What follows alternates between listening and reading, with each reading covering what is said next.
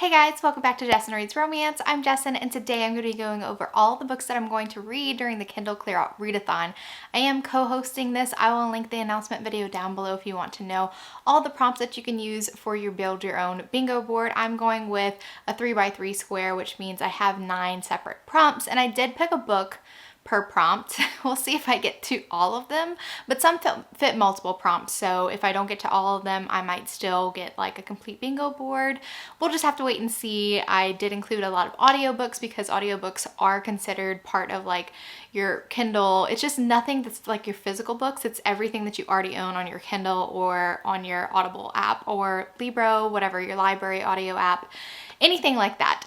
And I'm so excited. So let's start with the very first prompt, which is the oldest book on your Kindle. This was my favorite book that I read last Kindle Clear Out Readathon that we did in October. I was just a participant. So it's kind of hard to not have expectations this year for this specific prompt because it like did me so good last year. So I'm just like, let's continue that streak.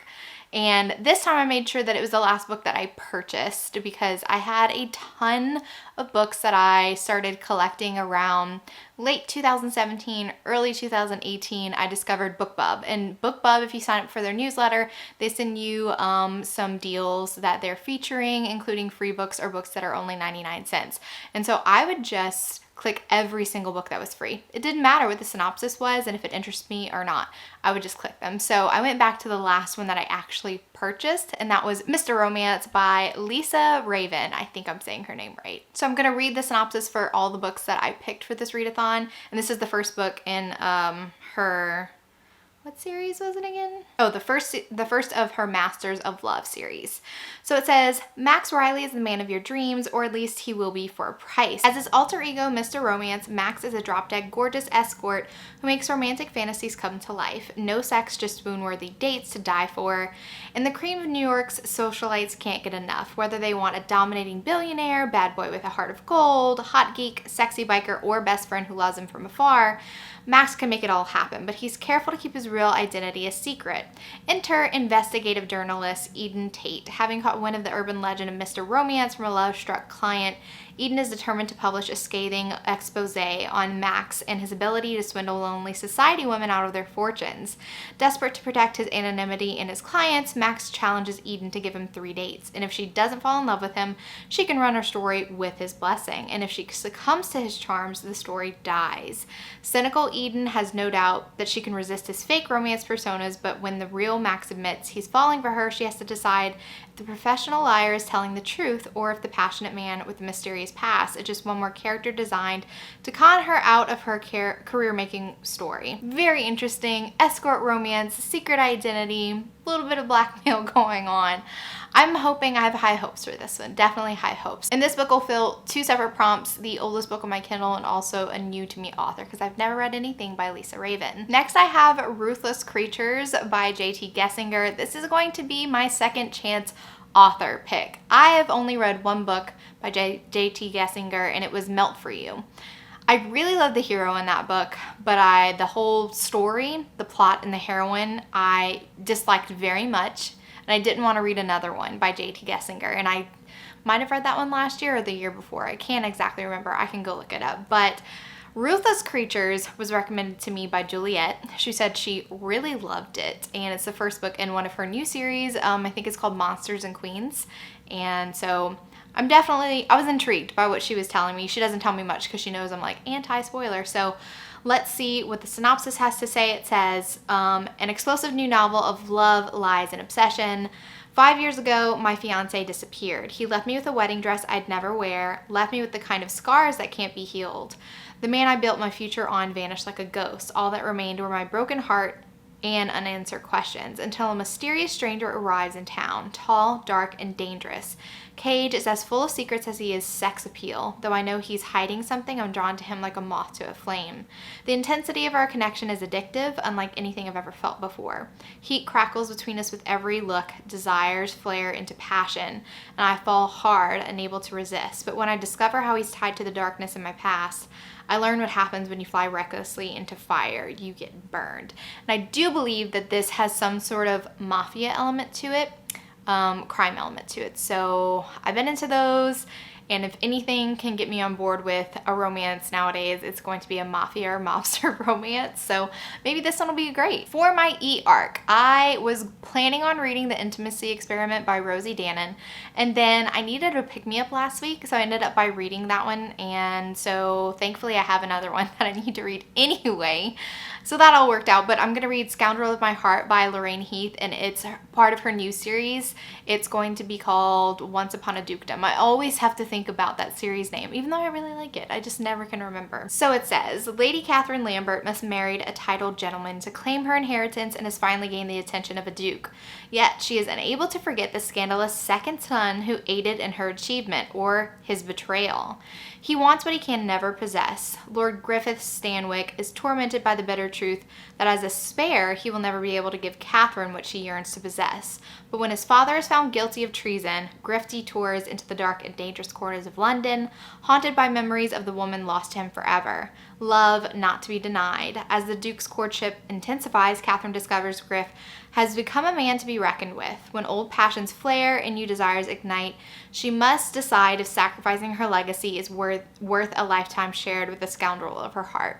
I'm excited for it. I love Lorraine Heath. She has some very interesting plot lines, and I kind of like how vague it is. Like, what is he involved with? Have no idea, but I am here for it, and I cannot wait. And I really love this cover. I like the vibrancy of all of the colors in this cover. Is really doing it for me. Same with Lisa Kleypas's new book that's coming out this year. What is it? The Devil in Desire? Devil in Disguise. That one, I love that cover as well. So yeah, I need this copy as soon as it comes out. For my novella prompt, I'm going to continue with the Falling Like a Johnson series that I've been reading. Rosie Adams just really does novellas well, in my opinion. The ones that I've read by her, I only disliked one, and it was plot-wise thing. It was a thing like that. But the other ones that I've read, I have absolutely fallen in love with. So this is the next book. I'm on book 4 of Falling Like a Johnson series, and so this is going to be the sister. I'm excited about it. It says Jasmine Johnson and Alec Alvarez hate each other. Alec believes Jasmine got her job in their prestigious law firm because her father owns the firm and won't stop reminding her about it. Jasmine needs to stay as far away from Alec as possible because she can't practice law with a criminal conviction. And Alec is an assault conviction waiting to happen. When they are paired to work together on a murder case of the year, Jasmine and Alec realize they have to find a way to work together. Yet, they get more than they bargained for when the passions burn and flames ignite. Jasmine and Alec are about to find out that the line between love and hate is paper thin. This sounds like a romance for me. I haven't really been loving some of the enemies to lovers books that I've been picking up, but yeah, I trust Rosie Adams because she's definitely proved herself to me. So this falls into the novella prompt. I think I already said that. Yeah, I did. Next, I have Teach Me by Alexandria House, and this fulfills a couple prompts as well. It's a new to me author. I've never read Alexandria House before, but I've heard a lot about her, and it also is one of my favorite tropes. Now, I have 2 books for this prompt because I like to have a couple of backups just in case. I do have this book on audio, so I'm hoping that maybe I can get through more books than I would normally expect myself to get through. With me being in school, audiobooks are just a little bit easier for me to keep up with, so that's why I have 2 separate ones for this category. And the tropes in this one that I really like are single dad, student professor romance, and it's forbidden. So I really love single dad romances, and I like a good forbidden romance. So I thought, yeah, why not? We're gonna listen to this one. It says, stable, safe, predictable. All words that aptly describe Professor Nadia Day's life. An existence she's carefully crafted for herself despite her unconventional upbringing and what to her is an unseemly past. More than anything, she wants to forget her unstable history, and the last thing she would ever do is rock the boat when it comes to her life and livelihood. When retired football player and single dad Nathan Moore walks into her psychology classroom, all fine and dreadlocked, he does more than rock her boat. He rocks her world and causes her to question her buttoned-up existence. Will the professor give in to her desires and become a student of love? I'm here for it. I'm so here for it. I do believe that this is the first book in her Rami University series, so I think that the other books in her series deal with like student-professor relationships, so don't quote me on that one. I'll find out. If I really love this book, then I'll go on to the next one, which I think is called Touch Me, if I'm not mistaken. Then I have sort of a recent addition to my Kindle for my second favorite trope because I really am into friends to lovers romance right now. I wanted to find a book like that, and I recently gotten back into Melanie Harlow, which she was a second chance author. I did not like the first book that I ever read by her, and I put her off for another year, and then I finally jumped back into her backlist and I found some that I like. So that's why I always give authors second chances. I said this in previous videos that I give them 3 times to make me fall in love with their books. And if I read 3 books in a row by them that I don't like, then I'm just like, I'm not going to torture myself anymore. Luckily, that didn't happen with Melanie Harlow, so I decided to pick one of her books, and it's called Some Sort of Crazy. And it says, when a psychic tells Natalie Nixon her life is about to be upended by a mysterious stranger, she laughs it off. After all, she has everything she's ever wanted: a successful bakery, the perfect boyfriend, and the keys to her dream house. Who could possibly make her want to throw all that away? Then Miles Haas comes back to town, but he's no stranger. They've known each other since high school. Plus, he's only around for the summer. He's still a shameless playboy, and he makes a living writing articles for a men's magazine with titles like Should You Bang the Boss's Daughter? A flowchart. And Butt Stuff for Beginners, a field guide. He's not the man of her dreams, and she's not about to abandon everything she's worked so hard for a little fun, except he makes her laugh like no one else, smells like heaven, and looks sexy as hell in those panty-melting glasses. Yes, he has glasses. I love it. I love a man with glasses. Anyway, that was a last-minute addition. I absolutely love the premise of this story, so I'm excited that I have this on my Kindle. Well, I have this on my Kindle. Next prompt is my least favorite trope. I thought about doing MC romances because those I tend to really not like, but then I was like, it sounds like torture trying to find an MC romance that I'm gonna like. So I decided to pick my other least favorite trope, which is second chance romance. Don't get me wrong, I can find one that I like, which gives me hope, but a lot of times with this particular trope, I end up by being aggravated why these two were fighting the romance, why it didn't work out the first time, if it was like a stupid misunderstanding that tore them apart. That's not every single instance in every single second chance romance, but sometimes I get really annoyed with it. So I have 2 separate options for the second chance romance. Both I have on audiobook.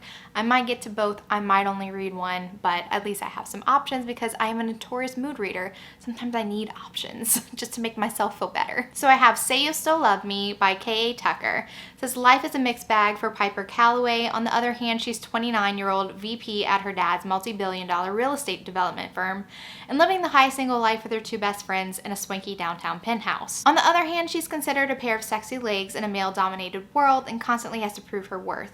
Plus, she's stuck seeing her narcissistic ex-fiance, a fellow VP, on the other side of her glass office wall every day. Things get exponentially more complicated for Piper when she runs into Kyle Miller, the handsome new security guard at Callaway Group Industries, and coincidentally, the first love of her life. The guy she hasn't seen or heard from since they were at summer camp counselors together, the guy from the wrong side of the tracks. The guy who apparently doesn't even remember her name. Piper may be a high-powered businesswoman now, but she soon realizes that her schoolgirl crush on him not only alive, but it's stronger than ever, and crippling her concentration. What's more, despite Kyle's distant attitude, she's convinced the reunion isn't at all coincidental, and that his feelings for her still run deep, and she's determined to make him admit them, no matter the consequences. This sounds like a cute one. I think I could get on board with this one. So we'll see, and I really did like The Simple Wild. The Simple Wild by K.A. Tucker. I can't even remember the title name, but I really like that one. I did not read the second one before anybody asked because I just didn't feel like that couple needed their story extended, and I didn't want more angst for a couple that I felt like they went through a lot already. Anyway, next one I have is My Sinful Love by Lauren Blakely. It says she was my what if girl, the one I longed for, the one I tried to find again and again after she left for the other side of the world. Now, years later, fate has swept the only woman I've ever loved back into my life. With her intensity, her honesty, her passion, Annalise tries to break down my walls because she's the only one who knew me before my family shattered. When we collide again, it's tender and savage, gentle and rough, and makes me hungry for more of this electric, once-in-a-blue-moon kind of connection. If I want to keep her close, I'll have to serve up the whole truth of where I went and what I did after she left. But if I do, I risk losing her again, and that's not a fate I'm ready to face. Not when each day brings me closer to finding the people who ripped my family apart and seeing them put behind bars.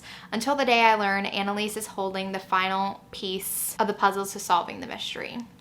interesting. Seems like it's an angsty one, so maybe I won't like this one. I don't know. We're gonna give it a try. Both of those are on audio, so I will be listening to those during the work week, hopefully. And then lastly, for the prompt of anticipated read that I have yet to get to, and it's still hanging out on my Kindle, I have an audiobook of The House on the Cerulean Sea. I also do have a paperback of this, but I did get the audio. I still never listened to it. I thought I'd get to it during Pharaoh Fab, and I never did, so here's giving it another shot. And it's not like I don't want to read this. I really want to read this. I fell in love with TJ Klune's Green Creek series. It was one of my favorite things that I read in 2020. I don't know why. It's like, I don't know, maybe I'm worried that it's not going to be as magical. I've heard great things about it. Or maybe it's going to be one of my favorite books of this year. It's just, yeah. Anyway, I'm going to read this book. I'm going to read it, okay? It says, a magical island, a dangerous task, a burning secret. Linus Baker leads a quiet, solitary life. At 40, he lives in a tiny house with a devious cat and his old records. As a caseworker at the Department of Charge of Magical Youth, he spends his days overseeing the well-being of children in government-sanctioned orphanages. When Linus is unexpectedly summoned by extremely upper management, he's given a curious and highly classified assignment. Travel to Marseilles Island Orphanage, where 6 dangerous children reside, a gnome, a sprite, a wyvern. I don't know if I'm saying that right, but it's like a dragon creature. I can't remember if dragons have front legs or wyverns have front legs. I will find out. An unidentifiable green blob, a were-Pomeranian, and the Antichrist. Linus must set aside his fears and determine whether or not they're likely to bring about the ends of days, but the children aren't the only secret the island keeps. Their caretaker is the charming and enigmatic Arthur Parnassus, who will do anything to keep his ward safe. As Arthur and Linus grow closer, long-held secrets are exposed, and Linus must make a choice: destroy a home or watch the world burn. An enchanting story masterfully told. I'm so excited. Okay. I really want to read this book. For my final prompt, I had write a review. So I'm going to challenge myself to write a review for every single book that I read during this readathon, because I haven't been writing reviews this year at all. I lie. I think I wrote 3 in the beginning, but yeah, I have not been keeping up with that at all, which is really sad. It was one of my goals for 2021, and I'm woefully behind in the first 2 months of 2021. Maybe starting off March with some reviews will get me into a pattern of writing reviews now. Anyway, that's my other prompt that I need to fill to have a completely filled bingo board. We'll see how I do with this challenge. I want to know if you've read any of the books that I have on my list, or if you have a recommendation that you would think that I would really like, now that you know some of my favorite tropes and some of my least favorite tropes. I would love to know if you have something that maybe would convince me to try in my least favorite trope area, or if you have some friends to lovers, because I'm always looking for some more friends to lovers. I will be filming a reading vlog while I go through all these books, and I'll be posting it at the end of the readathon week, and we'll be having a live show on March 20th, so don't forget to tune in on Jen's channel. We'll be chatting about all the books that we've read, and there will be fun prizes. Some of my enamel pins are up for grabs. Actually, all of them are up for grabs as a set as one of the prizes. If you get a bingo, you can upload your bingo to a Google form that Jen is going to be creating, so make sure you're following her. I'll have her and the rest of the hosts linked down below. You can go follow them on their channels or their Instagrams. If you like this video, give it a big thumbs up, and if you're not already subscribed to my channel, make sure that you subscribe to get notified on any future videos that I do. Thank you so much for watching, and remember, life's better with a little HEA. Bye guys.